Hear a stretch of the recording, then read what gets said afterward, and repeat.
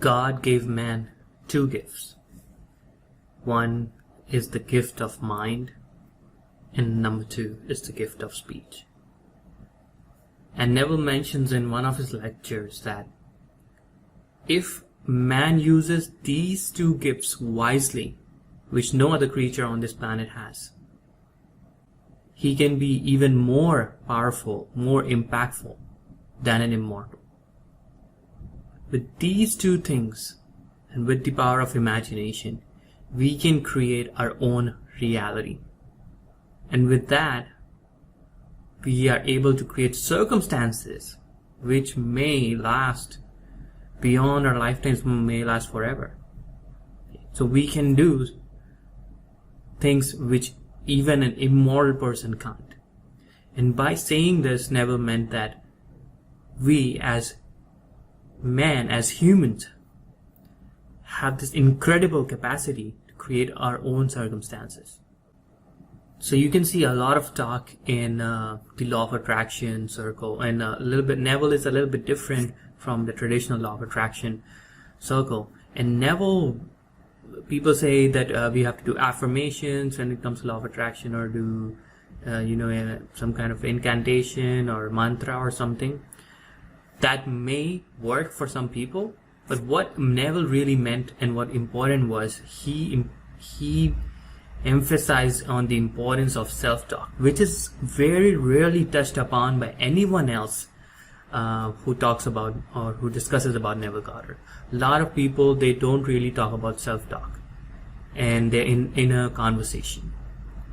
So if you're in your state of wish fulfilled, we are non-stop having a conversation with ourselves all the time. There are very few people who are at a very high consciousness level that can kind of control the thought process or the self-talk which is going on within themselves. But for a lot of us, for most of us, we're always having this constant self-talk with ourselves. So just imagine, if you're in your state of wish fulfilled, what is the kind of self-talk you're having? Just imagine. I'm going to give you an example. I started learning to sing almost 2.5 years ago. And before that, my self-talk was, I can't sing, people are just born with it. I can't sing. It's just you're born with it. And somehow I came across a YouTube video which showed that, with some specific exercises, you can become a better singer. It's not necessary you might become a world-class singer, but a better singer. I did those exercises and I saw some improvement, but my self-talk was, I will never become a really good singer. I mean, I'll be like maybe not that of a great singer. Now just imagine. At one point I wanted to be a singer, but at the same time I'm having this conflicting self-talk with myself, and I'm saying that maybe, okay, if on a scale of 1 to 10, maybe I can reach 5, 6. I will never be able to reach like 8 or 9. Forget about 10. If I reach 5, 6, that is okay, and that is the kind of self-talk I'm having. And eventually I took some trainings, I started practicing, and I improved and improved and improved, and I improved beyond my wildest dreams. And then suddenly my self-talk started to change. Like, okay, I can do this. Maybe I can build these high notes. I can, do these drifts and runs. I didn't think that was possible, but with certain change in belief, by watching other people do that, my self-talk somehow slightly changed, and I was able to sing high notes, do all these technical things which I never imagined I could do. So what had really changed? These lessons were already there even before I started looking for them. What had actually changed? The thing which had changed was my self-talk with myself. So when you're in your state of wish fulfilled, let's say you want to be a great singer, and you are in your state of wish fulfilled, and in your bones, in your body, and you feel the emotion of being that top level singer, you feel it in your body, and you just know in every fiber of your being that you are that singer already. Just Will you be having any of these conversations? Will you be doubting, oh, maybe I can reach 5 levels, 6 out of 10, and maybe I won't be able to sing that high, maybe I won't? Absolutely not. Absolutely not. Your inner conversations will be completely different.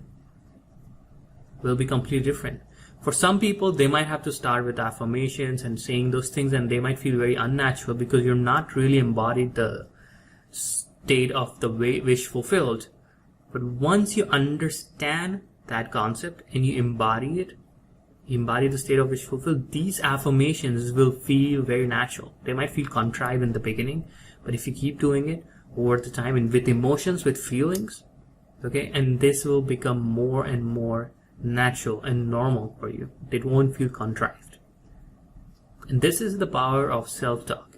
And if you're really struggling with visualization or just imagining the end, you can always work on your self-talk. That is one of the easiest things to work on. You can always just maybe write down 5 things. You want to be a singer, you can write down 5 things. I can sing high notes comfortably. I know how to transition between phrases. I have a great clarity. I have great tone. I'm singing like a professional singer. Any of these self-talk, right? Initially, if you've not truly embodied your state of wish being fulfilled, these might feel a bit contrived. So this life is a union of word and mind. So to be transformed in mind, you will be transformed in your words. That is your inner speech. So if you are in a state of your wish fulfilled, and if you are already living in the end, your inner speech will reflect that. If you're living in a state of abundance, of wealth, your inner speech will never be like, oh, I have to pay that debt, or I have to hoard that money, keep that money. Or your inner speech will never be focusing on the lack of money. Your inner speech will know. You will just know when you're in that state of abundance. You will just know that you are abundant and wealth is everywhere. So you don't have to, struggle for money. There's no lack. There's no struggle. It's just abundance. There's money everywhere. So this is how your inner speech is crucial when it comes to your manifestation. It is one of the easiest things to manage. One of the easiest things to manage. All you got to do, and this has worked for me. A lot of people say it's like scripting. It's similar to scripting, but what you can do is just whatever mental image you want to have for the next 90 days or next 180 days, whatever wish you have, write it, your wish fulfilled, as if you already have it on the paper, and write the inner conversations you're having with yourself. So let's take an example of being a singer.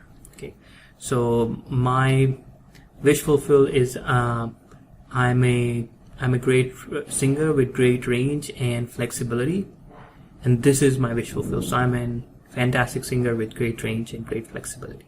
Okay, now what is the inner conversation I'm having? So the inner conversation would be like, I'm able to reach high notes comfortably, right? I'm able to make riffs and runs on songs with ease. I'm able to sing in rhythm with absolute comfort. So these are the kind of inner thoughts a top level singer will be having. If you are a great singer and if you have this self image and if you are living in the end, these are the kind of self conversations you might be having, right? So you can just think about it, and if you know any of the positive self conversations that you will be having, post them in the comment section below. I would like to read other people's positive conversations and their inner talk. So this is one of the very easy things to fix, and it is also one of the easy ways to know that you are actually living in the end. That it's not just about visualizing and doing something, and people say, how do I know my wishes state is fulfilled? How do I know that I have completely embodied that state? Is when your inner conversations are in complete alignment with your wish fulfilled. So this is what I wanted to share. If you like my content, please like and share, and this helps the video to reach other people who might not be able to see it. And until then, take care and keep imagining. Cheers.